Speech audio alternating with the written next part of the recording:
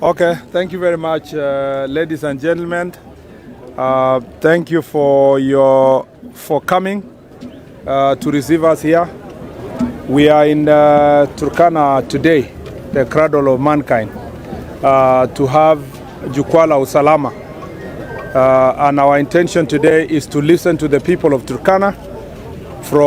This is the largest county in the country by landmass, and we have a representation of security officials, people who are in the security sector from the entire county, from the sub-location to the county level. We also have the representation of Wananchi, at least 5 stakeholders from every division in the entire Turkana County. And the objective of Jukwaa la Usalama is to listen to the concerns of the citizens and the officials that are working here, including the security officers. So all the OCSs of Turkana County are here present today, and the OCPD and the county security team is also present here. As I said, it's our objective to listen to them. And I have had a security meeting here with the regional and county security team, and I have a fairly some good brief about the main challenges of this area. As it is known in the entire republic, the first challenge we have here is the issue of banditry.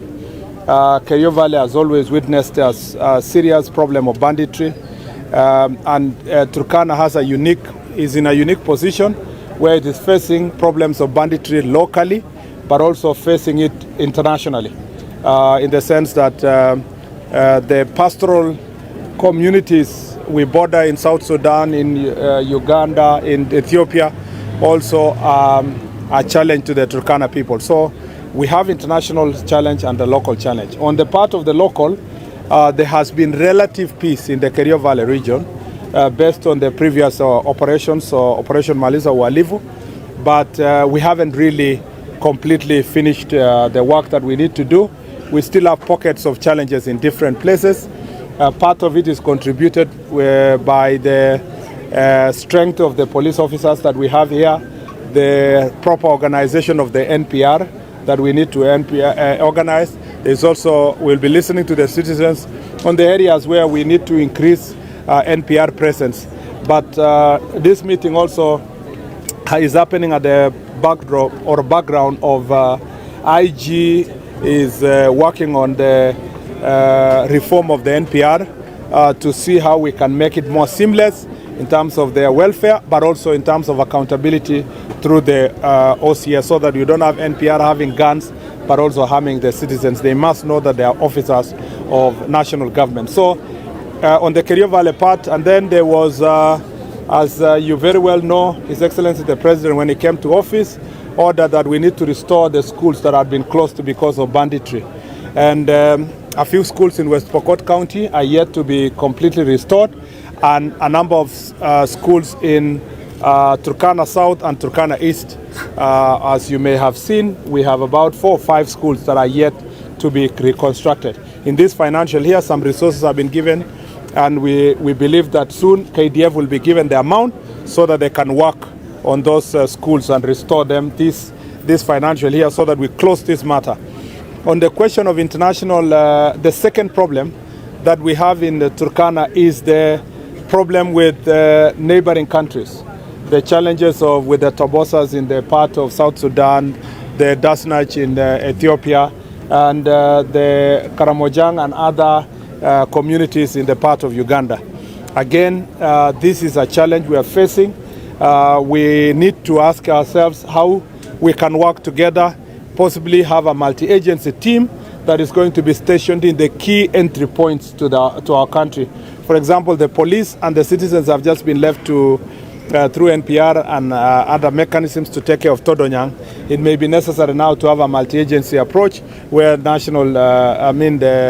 KDF, Kenya Defense Forces, will also come into presence to bolster the strength that we have there. We must do more around Nadabal, Kibish, and all the way to our border to Uganda. And again, we want to see how best we can work together with the NPR in those parts of the country, maybe train them better, remunerate them better, give them better uniform and give them better equipment so that they can work together with the security forces. Because of also this border to international border, we have challenges related to immigration or migration rather. We still have aliens, illegal immigrants that are coming through. We have porous borders that are facilitating trafficking in persons. And you will find that because of the operation that is going on in Marsabit, Turkana has become a weak point for some of these aliens to come through as they find their way access to Nairobi and all the way to South Africa and beyond. And it's our responsibility now to think through as security officers how then we can bolster also security operations in the area to deal with that. Other than that, other security challenges that we have here is the question of human-wildlife conflict. We have Turkana South Game Reserve. We have the Turkana, Lake Turkana, where there has been a conflict with the local community together with our KWS and other agencies. We want to see how best we can work together, especially with county government when it comes to the game reserves, so that we can make sure that there is better enforcement but protection of human rights for our people. But at the same time to make sure that criminals are not hiding in these places and end up causing security challenges to the residents of this area. The other issue that we are dealing with, an emerging issue, is illegal mining in some of the parts of Kerio Valley region. And we want to make sure that, and this challenge is between West Pokot and Turkana County, and we want to see that that is sorted. We have also a bigger issue of boundaries. The boundary of Baringo, West Pokot, Turkana is giving us also security challenges, and we want to see how slowly we can work on boundary issues to make sure that our people can live in peace. Other than that, the international boundary is also important for us to safeguard our boundaries with South Sudan, with Ethiopia, with Uganda, and we want to make sure that that discussion is ongoing. It's beyond just this ministry. This is interministerial. We have foreign affairs, we have defense ministry working together to find a lasting solution insofar as boundaries is concerned, especially international boundaries. Lastly, these are just some of the key issues I've just picked, but one of which is to deal also with drugs and substance abuse. Because of these porous borders, you still have characters who are dealing with drug trafficking, and we'll be listening from Nakata today. One of the challenges is that you have very young population of under 18 who have very young people in Turkana, which is a surprise because of there is a lot of disorder that is as a result of drugs and then leads to mental health. And you will find that this is a challenge that is affecting young people, particularly those who are under 18, and we must see how best we work together to deal with this issue. On the last unique issue, which is unique for Turkana and Garissa County, is the question of refugee camp. We have challenges here that are related to the refugee camp. You know that there has been shortage of supply of food and other items to the refugees, which is threatening peace within the Kakuma camp, but also at the same time, which is a challenge in terms of local community vis-a-vis refugee community. And you remember we launched Shirika Plan on 28th of March this year, which is a plan that is government plan. And the challenge with that Shirika Plan is that there are many citizens who are yet to appreciate what it contains, and there are misgivings and misunderstandings that we must be able to iron out through public participation. And it is my considered view that the citizens also need to know that since it's a government plan, it's not a rigid plan, it's subject to review and based on public recommendations. Some people think that we should have done even longer and time for public participation, but we thought that starting the process was important, but revising the document as we progress, and particularly when we get proper commitment from development partners as we move from this humanitarian approach to development approach, so that local community can also benefit from it. And we need to see also how some of the refugees who come from areas that are now stable, can be assisted to voluntarily go back home so that we ease the pressure that is in Kakuma camp. So these are some of the issues, and we're looking forward to that discussion for the next 3 to 4 hours. And I'm very happy that there is such a large turnout of the public, but also the media. Santeni, I will take like 3 questions. Mine is a quick one. Let me start with you. Yes, my name is Bakari from Standard. Okay. And Turkana community depends on this road, Kainu and Kitale Road. Yes.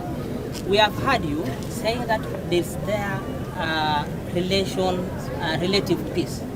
Why is it that now the curfew still standing I'll tell you about the curfew, and I'm sure that's one of those the discussions we'll have there. Either of you. No, I'll start with the local. Yes. I'll come to you, Seth, and gentlemen. Was it for coming here? We have 3 more sub-counties that were created. That was Aro, Subuta, and Lokriama. Yeah. But the administrative officers that are here, the DCC, the sub-county police commander, they don't have houses, they don't have vehicles, and the government is expecting them to perform. As we speak, I understand you. You don't even need to emphasize.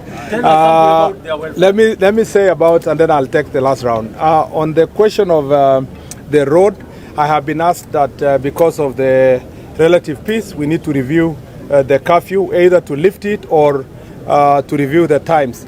I think for now, I will be listening to the views of the people, but we can review the time. We are amenable to reviewing the time, maybe to have a longer day until late evening, and then very early morning. And then if we say 10 to 4 a.m. works, then we give it 2-3 months. If the conditions become good, we can lift the curfew completely. So that is also something that is in the works. And then for administrative units, as you will see in the meeting, that is a major discussion there.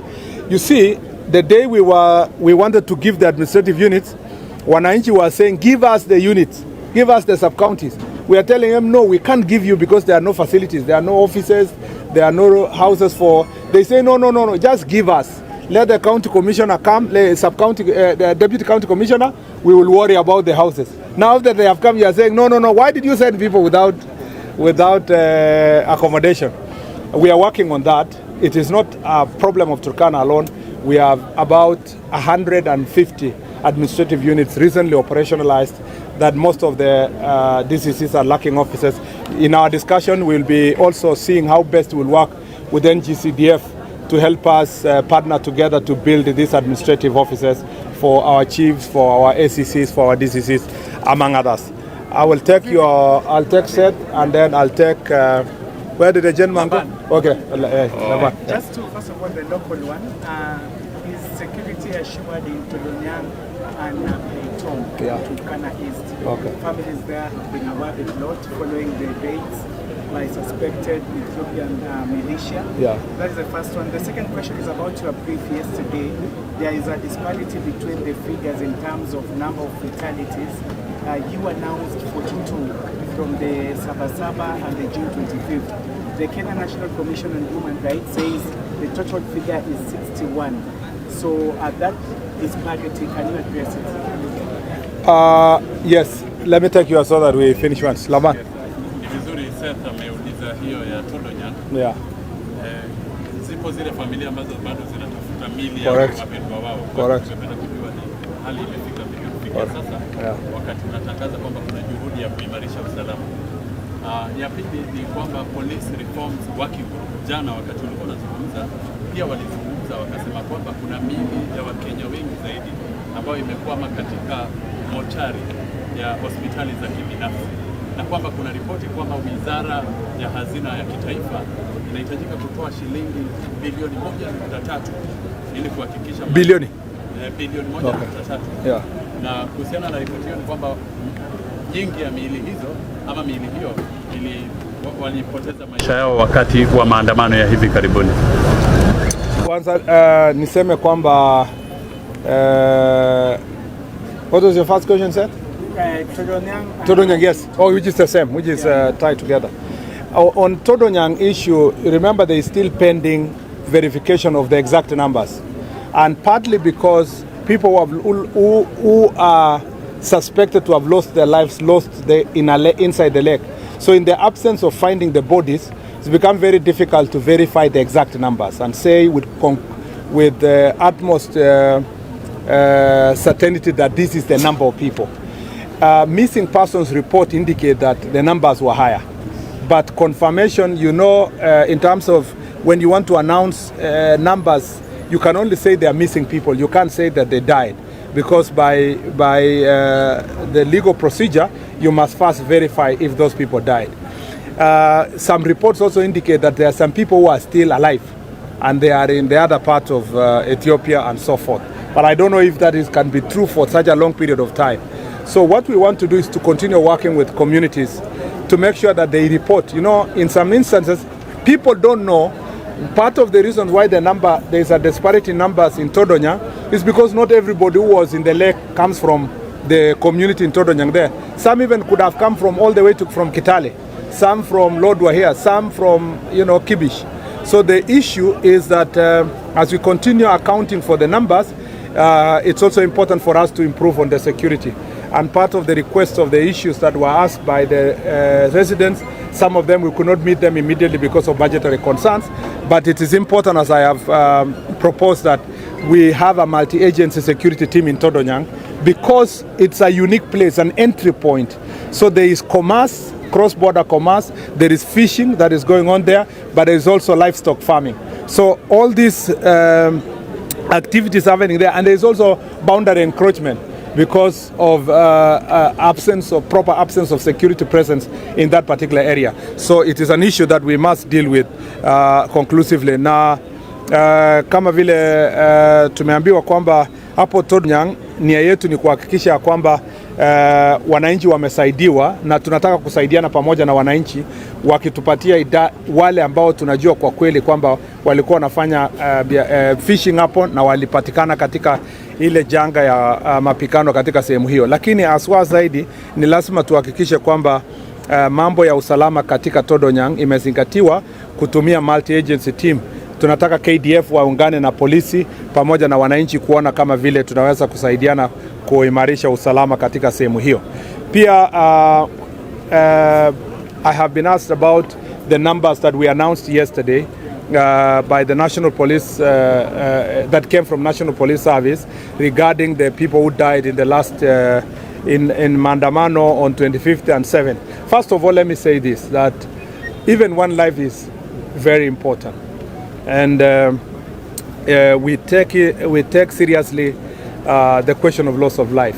Some of those people who lost their lives, the circumstances are still being investigated, including a very young girl who painfully lost her life in that situation.